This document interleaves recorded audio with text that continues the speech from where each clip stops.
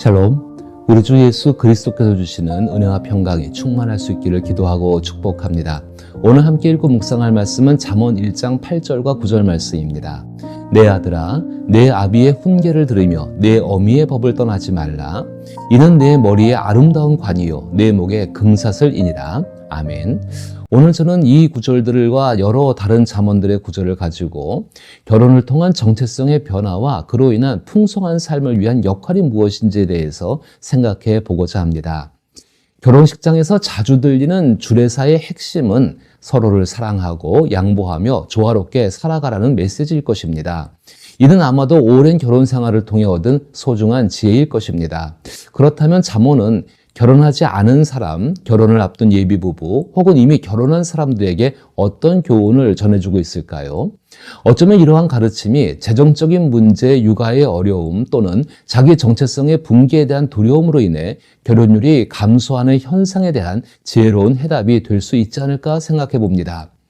잠언은 결혼을 통해 평생 연인 관계를 유지할 수 있는 달콤한 가능성을 제시하면서도 결혼을 지적인 동반자, 공동 경영자, 그리고 친구로서의 관계를 얻을 수 있는 것이라는 의미를 말하고 있습니다. 이러한 관점에서 재정 관리나 자녀 양육은 부부가 함께해야 한다는 원칙을 제시하고 있는 것입니다. 그러나 이러한 관계를 형성하기 위해서는 결혼을 통해 얻을 수 있는 가장 큰 이점인 자기 정체성의 변화를 깊이 생각해 보아야 합니다. 많은 사람들이 결혼 후 자신의 성격과 습관, 심지어 본성까지도 변화했다고 이야기합니다. 이는 결혼 전에 자기 정체성이 변화했음을 의미하는 것입니다. 결혼에 대한 잠언의 가르침은 결혼이 하나님과의 언약 관계에 뿌리를 두고 있다는 점입니다. 하나님과 언약을 맺은 한 남자가 하나님과 언약을 맺은 한 여자와 결혼함으로써 두 사람은 함께 하나님과의 새로운 언약 관계를 형성하게 됩니다. 다시 말해 하나님과 남편, 하나님과 아내, 그리고 남편과 아내 간의 관계가 하나님과의 새로운 관계를 맺는다는 것입니다. 결혼은 인생을 살아가며 하나님과의 언약 관계를 통해 복을 받고 행복을 누리기 위한 중요한 과정임에 틀림없습니다. 이를 위해서는 부부간의 관계에서 하나님께서 기뻐하시는 의로움이 이루어져야 한다는 것입니다. 쉽게 말해 각자가 하나님과의 관계 속에서 살아온 경험이 결혼을 통해 남편이 부모를 떠나 아내와 합하여 둘이 한 몸을 이루라는 말씀처럼 두 사람의 총체적 연합을 통해 하나님과의 관계를 맺게 된다는 것입니다. 이러한 관계를 형성함으로써 얻는 놀라운 축복은 부부의 사랑으로 인한 정체성의 변화가 그 첫 번째일 것입니다. 많은 현대인들이 자신은 변할 의지가 전혀 없으면서도 배우자가 물질적이든 정서적이든 자신을 도와주기를 기대하며 그런 배우자를 만났을 때만 결혼을 결심하는 경우가 많이 있습니다. 이러한 생각에는 타인과의 관계보다 자신의 내면을 바라보아야 진정한 자아를 발견할 수 있다는 깊은 오해가 깔려 있고 그렇게 얻은 자아가 변할 수 없다라는 잘못된 인식이 있다는 것입니다. 모든 인간의 마음속에는 서로 상충하는 다양한 깊은 갈망이 존재합니다. 두려움과 분노 옆에는 희망과 이루고 싶은 포부가 함께 공존합니다. 이러한 감정들은 모두 옳거나 그르다고 단정할 수 없는 것입니다. 즉 인간은 모순된 갈망 속에서 진정으로 원하는 것을 선택하거나 원하지 않는 것을 버리려는 노력을 합니다. 그러나 만약 우리가 원하는 것과 원하지 않는 모든 것이 나의 일부라면 우리는 어떻게 그것을 구분해서 택하거나 버릴 수 있겠습니까? 무엇이 진정으로 가지고 있어야 하는 나의 것인지 무엇이 아닌지를 명확히 구분하여 선택할 수 없다는 것입니다.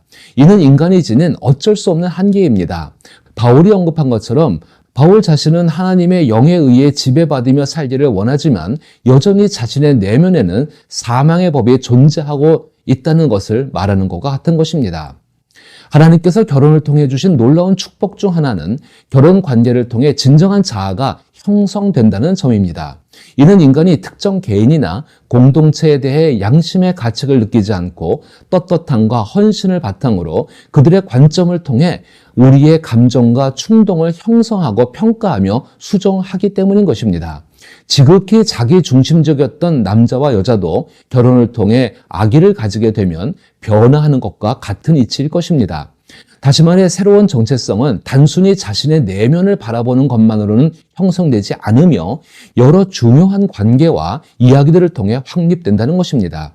따라서 결혼이라는 언약 관계는 본질적인 정체성의 변화를 가져올 수 있고 이를 통해 더 나은 사람이 되도록 합니다. 이것이 결혼의 긍정적인 기능이라고 할 수 있을 것입니다. 잠언에서 언급된 결혼과는 여러 면에서 지혜롭습니다. 이미 잠언이 기록된 시기에 그 사람들은 결혼을 통해 자신의 정체성이 깊이 형성되고 다듬어질 것임을 직관적으로 이해했습니다. 정체성은 일상에서 가까운 중요한 타인들과의 상호작용을 통해 확립된다는 것을 이미 알고 있었던 것입니다. 이러한 점에서 현대 심리학자들은 과거의 사람들이 결혼을 결심한 후 그 의미를 점차 배우게 되었다고 말합니다. 사랑하고 존중하는 사람과 결혼한 후에 함께 정체성을 발견해 나가는 것보다 더 좋은 방법은 없다는 것을 이미 그 사람들은 알고 있었다고 현대 심리학자들이 말하고 있습니다. 이미 언급한 바와 같이 현재 결혼율 감소의 원인은 결혼에 대한 두 가지 잘못된 신념에서 비롯된다고 봅니다. 첫째, 결혼이 재정적으로 부담이 된다는 것이고, 둘째, 결혼이 개인의 자유와 정체성을 실현하는 데 방해가 된다는 것입니다. 그러나 사회과학자들이 제시한 증거에 따르면 이러한 신념은 사실이 아니며 결혼은 경제적 심리적으로 많은 이점을 제공한다고 말을 하고 있습니다. 물론 결혼은 개인의 선택이며 그 선택에 집중하는 것이 중요합니다. 결혼을 선택한 사람은 상대방을 통해 더 나은 것을 얻으려는 것이 아니라 서로의 관계를 통해 더 풍요로운 삶을 누리기 위해 결혼을 한다는 것입니다. 이 같은 풍요로운 삶은 결혼을 통해 얻어진 지적인 동반자, 공동 경영자, 그리고 친구의 역할을 통해 얻게 되는 것입니다. 지적인 동반자에 관한 다음의 잠언 구절들을 생각해 보십시오. 내 아들아, 내 아비의 훈계를 들으며 내 어미의 법을 떠나지 말라. 이는 내 머리에 아름다운 관이요 내 목에 금사슬이니라. 솔로몬의 잠언이라. 지혜로운 아들은 아비를 기쁘게 하거니와 미련한 아들은 어미의 근심이니라.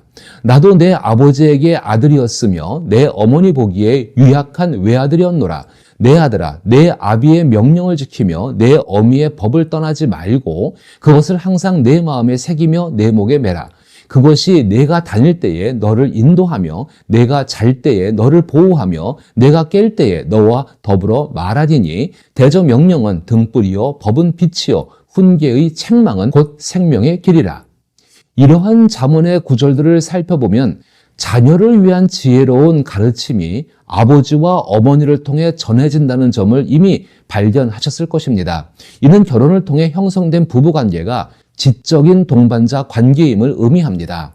과거에는 여성들이 대체로 교육을 받지 못했지만 잠언에서는 아들에게 지혜를 가르치는 부모의 모습이 처음부터 등장합니다. 또한 어머니는 아버지와 마찬가지로 가르칠 권위가 있었습니다. 잠언처럼 명확하고 함축적인 의미를 지닌 지혜의 시를 통해 가르치기 위해서는 교육과 훈련이 필수적입니다. 따라서 여성들이 교육을 받지 못했던 시대에도 아내가 교육을 받았을 뿐만 아니고 배우고 가르치는 일에 있어 남편과 진정한 동반자였음을 보여주고 있는 것입니다. 이것은 학력이 높은 남편이 상대적으로 학력이 낮은 아내를 가르친다는 의미가 결코 아닙니다. 결혼이라는 실제의 삶 속에서 남편과 아내는 공동의 문제를 해결하기 위해 서로 배우고 가르치는 관계가 된다는 것입니다. 다시 말해 믿음이 있는 부부는 하나님 말씀 앞에 함께 서서 지혜를 배우고 이를 함께 실천해 나간다는 것입니다. 문제를 해결하기 위해 같은 지적 호기심을 가지고 동반자가 되어 성경의 진리를 익히고 삶의 모든 영역을 그 지혜에 맞추는 방법을 함께 찾아가는 것입니다. 그렇게 하다가 부모가 되면 부부는 자녀의 지성과 덕성을 키워주는 2인조 교수진이 되는 것입니다. 잠언은 결혼관계에서 서로가 공동 경영자임을 강조합니다. 잠언 14장 1절과 31장 27절을 읽어봅니다. 지혜로운 여인은 자기 집을 세우되 미련한 여인은 자기 손으로 그것을 허느니라. 자기의 집안 일을 보살피고 게을리 얻은 양식을 먹지 아니하나니. 가정은 결혼을 통해 세워집니다. 이 과정에서 남성을 가정의 가장으로 언급하는 것은 성경 전체와 잠언에서도 찾아볼 수 있지만 이는 당시의 문화를 반영한 것입니다. 가정에서 가장의 역할은 부부마다 다르게 나타납니다. 그러나 중요한 점은 남편이 모든 경영상의 결정을 혼자서 내린다는 의미가 아니라는 것입니다. 잠언에서는 분명히 지혜로운 여인이 자신의 집을 세운다고 말하고 있습니다. 여기서 집이라는 단어는 단순히 물리적인 거처를 짓는 것을 넘어 사회적, 경제적, 물질적, 정서적, 영적으로 가정생활의 기초를 다진다는 의미입니다. 그래서 어떤 사람들은 아내의 지혜가 가정의 안정에 크게 기여한다고 생각하기도 합니다. 잠언이 이렇게 표현하는 것은 가정이 공동으로 경영되어야 한다는 점을 강조하기 위한 것입니다. 남편과 아내가 가정에 어떻게 기여할지는 각자의 은사와 재능에 따라 달라질 것입니다. 특히 잠언 31장에서는 아내가 행정, 중개, 자선 그리고 뛰어난 일솜씨를 가진 장인으로 묘사되고 있습니다. 이는 모든 아내나 남편의 절대적인 모델이 아닙니다. 각자가 자신에게 주어진 역할에 따라 능력껏 기여할 때 함께 가정을 세우고 경영할 수 있다는 것입니다. 그리고 또한 잠언은 결혼을 통해 서로에게 가장 친한 친구가 될 수 있음을 강조합니다. 진정한 친구란 사랑을 바탕으로 서로를 온전하게 만들어주는 존재입니다. 이와 관련하여 잠언 2장 17절에서는 배우자를 젊은 시절의 짝이라고 표현하고 있습니다. 고대 근동사회에서는 일부 다처제 문화가 널리 퍼져 있었습니다. 이러한 문화 속에서 잠언은 결혼을 한 남자와 한 여자의 결합으로 정의하고 있습니다. 이 결합은 전인격적이어서 일부 다처제와는 맞지 않습니다. 짝이라는 단어는 히브리어로 알루프이며 이는 가장 가까운 친구를 의미합니다. 남성 중심의 사회에서 아내를 단순한 재산이나 출산 도구로 여기는 고대의 일반적인 관념과는 거리가 먼 내용을 잠언은 이미 언급하고 있다는 것입니다. 여성을 소유물로 간주하던 문화 속에서 아내를 유일한 연인이며 절친한 친구로 대하라는 명령은 당시의 문화적 기준을 뒤흔드는 것이었습니다. 부부 사이에도 우정의 특징인 변함없는 관계, 서로에 대한 민감함, 사랑으로 진실을 나누는 것, 서로 상담해 주는 것 등이 존재해야 한다는 사실을 이미 메시지 속에서 담고 있다는 것입니다. 이러한 메시지를 우리가 실현할 때 어떤 유익을 얻을 수 있는지를 다음 세 구절을 통해서 발견하실 수 있기를 바랍니다. 마음의 즐거움은 얼굴을 빛나게 하여도 마음의 근심은 심령을 상하게 하느니라. 철이 철을 날카롭게 하는 것 같이 사람이 그의 친구의 얼굴을 빛나게 하느니라. 친구의 아픈 책망은 충직으로 말미암는 것이나 원수의 잦은 입맞춤은 거짓에서 난 것이니라. 특히 잠언 27장 6절에서 언급된 친구의 아픈 책망은 인생을 살아가는 데 있어 생사에 관한 중요한 문제를 해결할 수 있는 결정적인 말이 되기도 합니다. 이러한 깊은 우정은 배우자가 먼저 세상을 떠난다 하더라도 결혼을 통해 형성된 새로운 정체성을 지속적으로 유지하고 발전시키며 영원하신 하나님의 축복에 이르게 합니다. 이것이 바로 잠언이 제시하는 최고의 결혼관입니다. 다시 말해 결혼을 통해 함께 인생을 살아가는 배우자는 서로 연인처럼 사랑하며 함께 배우고 성장하고 공동의 문제를 해결하며 가정을 함께 이끌어 나가는 끊을 수 없는 친구가 되어진다는 것입니다.